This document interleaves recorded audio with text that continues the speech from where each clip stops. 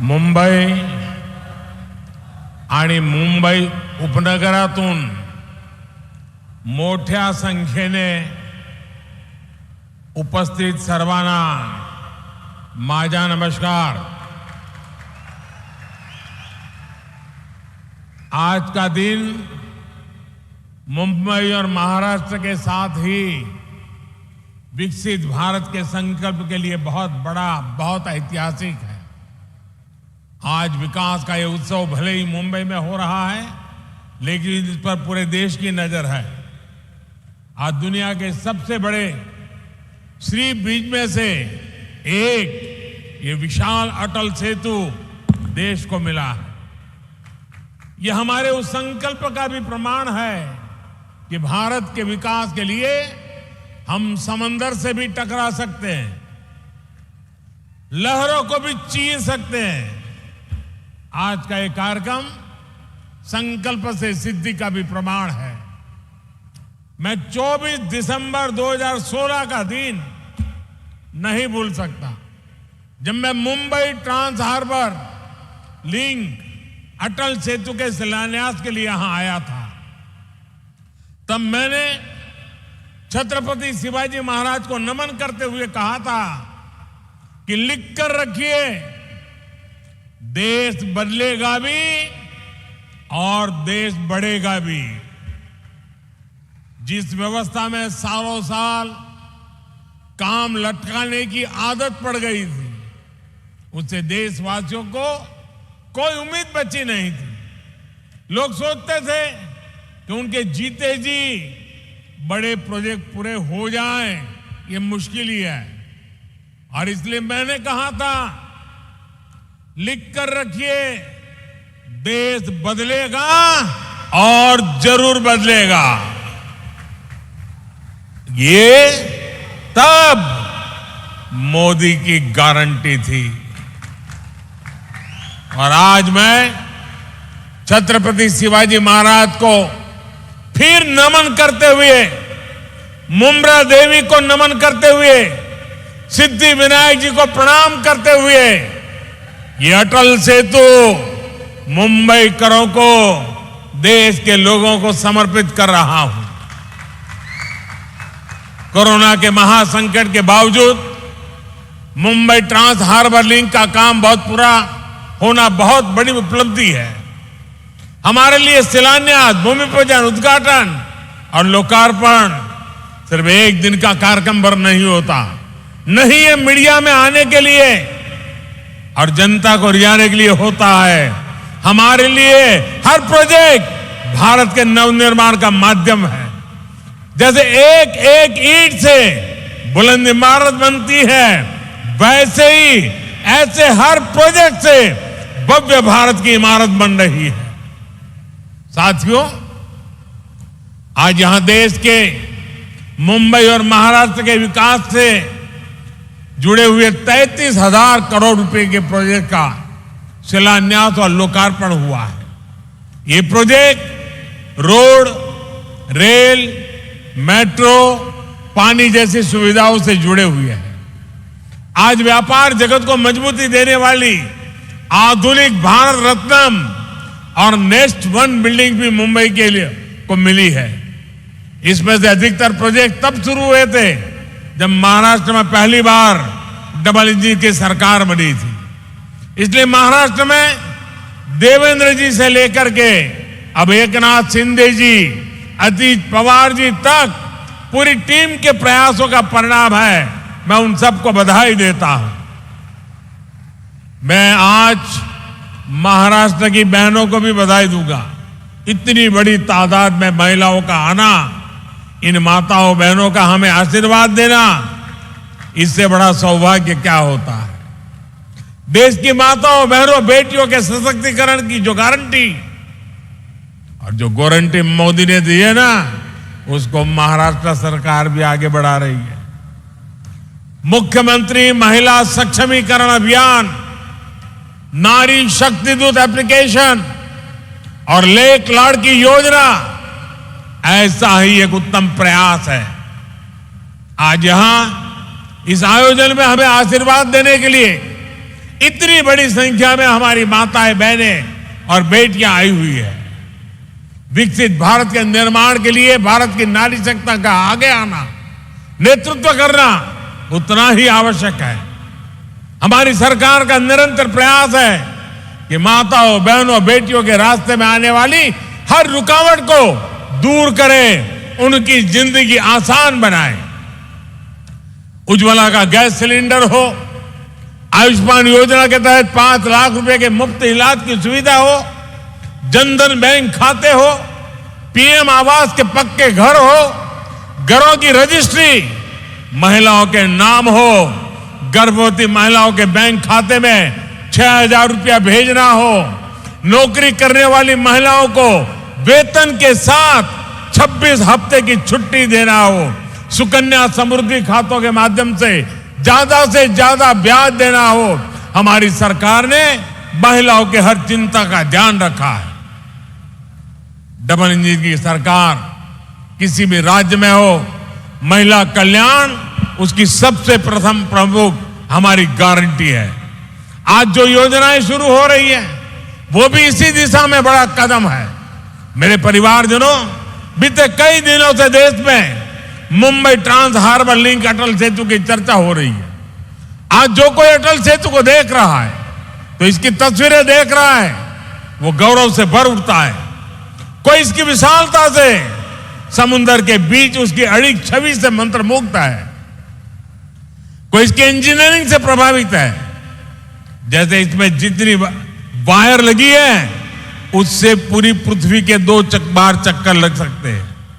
इस प्रोजेक्ट में जितना लोहा, स्टील इस्तेमाल किया है, उससे हावड़ा ब्रिज 4 हावड़ा ब्रिज और 6 स्टैच्यू ऑफ लिबर्टी का निर्माण हो सकता है।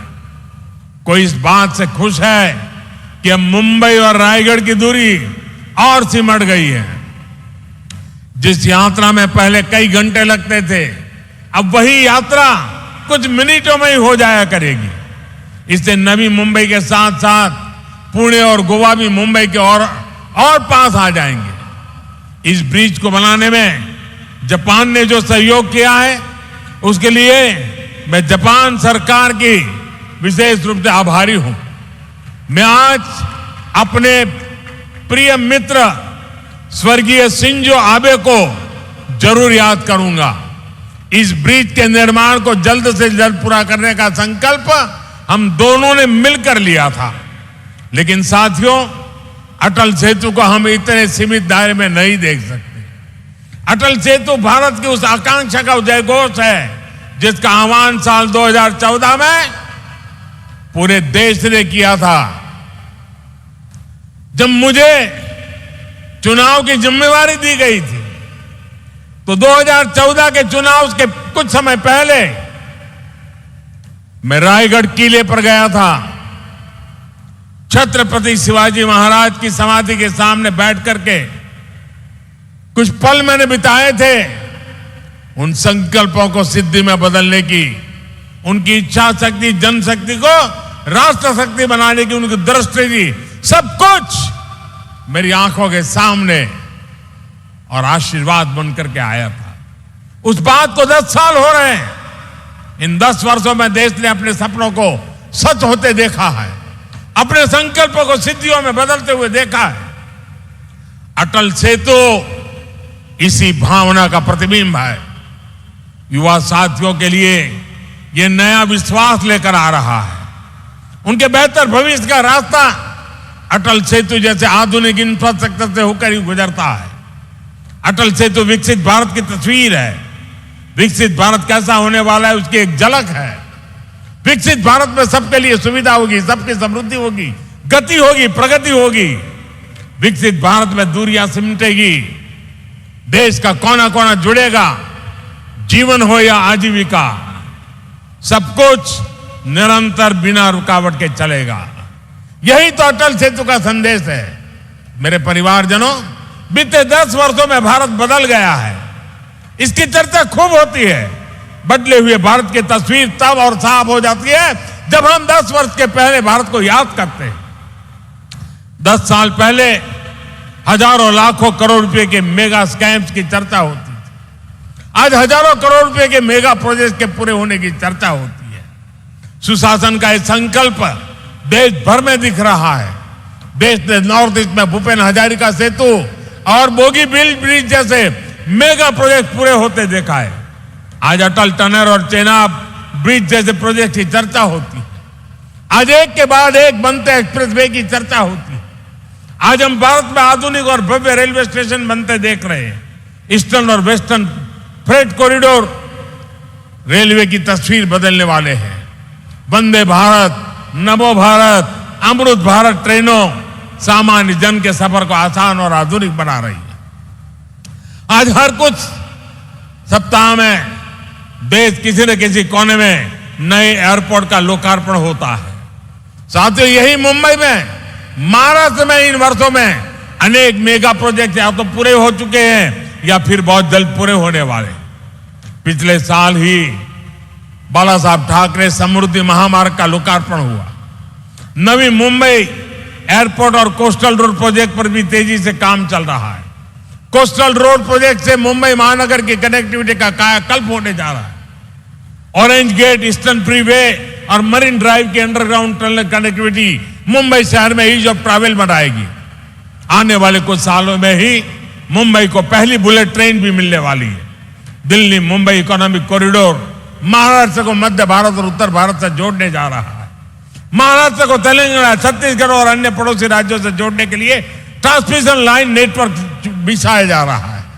इसके अलावा ऑयल और गैस पाइपलाइन हो, औरंगाबाद इंडस्ट्रियल सिटी हो, नवी मुंबई एयरपोर्ट हो, शैलेंद्र बिडकिन इंडस्ट्रियल पार्क हो, ये बड़ी परियोजनाएं महाराष्ट्र की अर्थव्यवस्था को नई गति देने वाली है।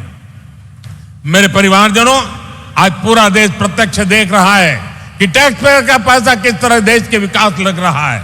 लेकिन देश पर दशकों तक शासन करने वालों ने देश का समय और टैक्स पेयर का पैसा दोनों ही की परवाह नहीं की है। इसलिए पहले के दौर में कोई प्रोजेक्ट या तो जमीन पर उतरता ही नहीं था या फिर दशकों तक लटका रहता था। महाराष्ट्र तो ऐसे अनेक प्रोजेक्ट का साक्षी रहा है। नीलवंडे डैम का काम 5 दशक पहले शुरू हुआ था, इसे हमारी सरकार ने पूरा किया। उरण खारकोपर रेल लाइन पर भी लगभग 30 दशक पहले काम शुरू हुआ था, ये डबल इंजन की सरकार ने पूरा किया है। नवी मुंबई मेट्रो प्रोजेक्ट भी लंबे समय तक लटका रहा। यहां डबल इंजन की सरकार बनने के बाद हमने इसे गति दी और अब पहला चरण पूरा हो चुका। ये जो अटल सेतु आज हमें मिला है, इसकी प्लानिंग भी कई सालों पहले चल रही थी। यानी मुंबई के लिए इसकी जरूरत सबसे अनुभव की जा रही थी, लेकिन इसे पूरा करने का सौभाग्य हमें मिला। और आप याद रखिए, बांद्रा वर्ली सी लिंक प्रोजेक्ट अटल सेतु से करीब 5 गुना छोटा है। 5 गुना छोटा है। पहले की सरकार में उसको बनते बनते 10 साल से ज्यादा लगे थे और बजट 4-5 गुना अधिक बढ़ गया था। ये तब सरकार चला रहे लोगों के काम करने का तरीका था। साथियों, अटल सेतु जैसे इंफ्रास्ट्रक्चर प्रोजेक्ट सिर्फ सुविधा ही नहीं देते बल्कि रोजगार के भी बहुत बड़े साधन होते। इसके निर्माण के दौरान मेरे करीब 17,000 मजदूर भाई बहनों और 1,500 इंजीनियर्स को सीधा रोजगार मिला। इसके अलावा ट्रांसपोर्ट से जुड़े कारोबार, निर्माण से जुड़े दूसरे बिजनेस में जो रोजगार मिला वो अलग है। अभी इस पूरे क्षेत्र में हर प्रकार के बिजनेस को बल देगा। Ease of doing business, ease of doing life, इसके लिए बढ़ाएगा। मेरे परिवारजनों, आज भारत का विकास 2 पटरियों पर एक साथ हो रहा है। आज एक तरफ गरीब का जीवन बेहतर बनाने के लिए महाअभियान है, तो दूसरी तरफ देश के कोने कोने में चल रही महापरियोजनाएं। हम अटल पेंशन योजना भी चला रहे हैं और अटल सेतु भी बना रहे हैं। हम आयुष्मान भारत योजना भी चला रहे हैं और वंदे भारत, अमृत भारत ट्रेन भी बना रहे हैं। हम पीएम किसान सम्मान निधि भी दे रहे हैं और पीएम गति शक्ति भी बना रहे हैं। आज का भारत ये सब कुछ एक साथ कैसे कर पा रहा है? इसका जवाब है नियत और निष्ठा। हमारी सरकार की नियत साफ है। आज सरकार की निष्ठा सिर्फ और सिर्फ देश के प्रति और देशवासियों के प्रति है। और जैसी नियत होती है, जैसी निष्ठा होती है, वैसे ही नीति भी होती है और जैसी नीति होती है वैसी रीति भी होती है। जिन्होंने लंबे समय तक देश पर शासन किया, उनकी नीयत और निष्ठा दोनों सवाल के घेरे में रही। उनकी नीयत सिर्फ सत्ता हासिल करने की रही, वोट बैंक बनाने की रही, अपनी तिजोरियां भरने की रही। उनकी निष्ठा देशवासियों के प्रति नहीं, बल्कि सिर्फ और सिर्फ अपने परिवारों को आगे बढ़ाने तक ही सीमित रही। इसलिए वो न विकसित भारत के बारे में सोच सके, न आधुनिक इंफ्रास्ट्रक्चर को लक्ष्य बना सके। इससे देश का कितना नुकसान होता है ये जानना भी जरूरी है। मैं आपको एक आंकड़ा देता हूं। 2014 से पहले के 10 सालों में इंफ्रास्ट्रक्चर के लिए सिर्फ 12 लाख करोड़ रुपए बजट दिया गया था, जबकि हमारी सरकार ने 10 वर्षों में हमने 44 लाख रुपए का बजट इंफ्रास्ट्रक्चर के लिए दिया है। तभी तो आज देश में इतने बड़े बड़े प्रोजेक्ट चल रहे हैं। महाराष्ट्र में ही केंद्र सरकार करीब 8 लाख करोड़ रुपए के इंफ्रास्ट्रक्चर प्रोजेक्ट या तो पूरा कर चुकी है या उन पर काम चल रहा है। यह राशि हर सेक्टर में रोजगार के नए अवसरों को बढ़ा रही है। साथियों, हम आज देश के हर परिवार को बुनियादी सुविधाओं के सैचुरेशन यानी 100% कवरेज का मिशन लेकर चल रहे हैं। विकसित भारत संकल्प यात्रा के तहत आज मोदी की गारंटी वाली गाड़ी देश के कोने कोने में पहुंच रही है। मोदी की गारंटी वहां से शुरू होती है जहां दूसरों से उम्मीदें खत्म हो जाती हैं। हमारी बहनों बेटियों ने तो ये सबसे अधिक अनुभव किया है। गांव या शहर, साफ सफाई से लेकर पढ़ाई, दवाई और कमाई, हर योजना सबसे अधिक लाभ हमारी माताओं बहनों को हुआ है। पीएम जन औषधि केंद्रों पर 80% डिस्काउंट के साथ दवाई दी जा रही है। मोदी की गारंटी गरीब परिवार की बहनों को पक्का घर देने की है। जिन्हें पहले किसी ने नहीं पूछा, उन्हें पहली बार मोदी ने पूछा है। उन्हें बैंकों से मदद दिलवाई है। पीएम स्वनिधि योजना से यहां मुंबई के भी हजारों रेहड़ी पटरी वाले भाई बहनों को फायदा हुआ है। हमारी सरकार महिला सेल्फ हेल्प ग्रुप को भी मदद दे रही है। बीते कुछ सालों में हमने बहनों को लखपति दीदियां बनाई है और अब मेरा संकल्प है आने वाले सालों में 2 करोड़, यह आंकड़ा सुनकर के कुछ लोग चौंक जाते हैं, 2 करोड़ महिलाओं को मैं लखपति दीदी बनाने का लक्ष्य लेकर के चल रहा हूं। महाराष्ट्र के एनडीए सरकार ने जो ये नया अभियान चलाया है, ये नारी सशक्तिकरण में बहुत बड़ी भूमिका निभाएगा। मुख्यमंत्री महिला सक्षमीकरण अभियान और नारी शक्ति दूत अभियान से महिलाओं के विकास को नई गति मिलेगी। मैं आपको विश्वास दिलाता हूं, डबल इंजन सरकार महाराष्ट्र के विकास के लिए ऐसे ही समर्पित भाव से काम करती रहेगी। महाराष्ट्र विकसित भारत का एक मजबूत स्तंभ बने, इसके लिए हम कोई कसर बाकी नहीं छोड़ेंगे। एक बार फिर आप सभी को इस नए प्रोजेक्ट के लिए मैं बहुत बहुत बधाई देता हूं। माताओं बहनों को विशेष रूप से प्रणाम करता हूं। आपने इतनी बड़ी तादाद में आकर हमें आशीर्वाद दिए, बहुत बहुत धन्यवाद।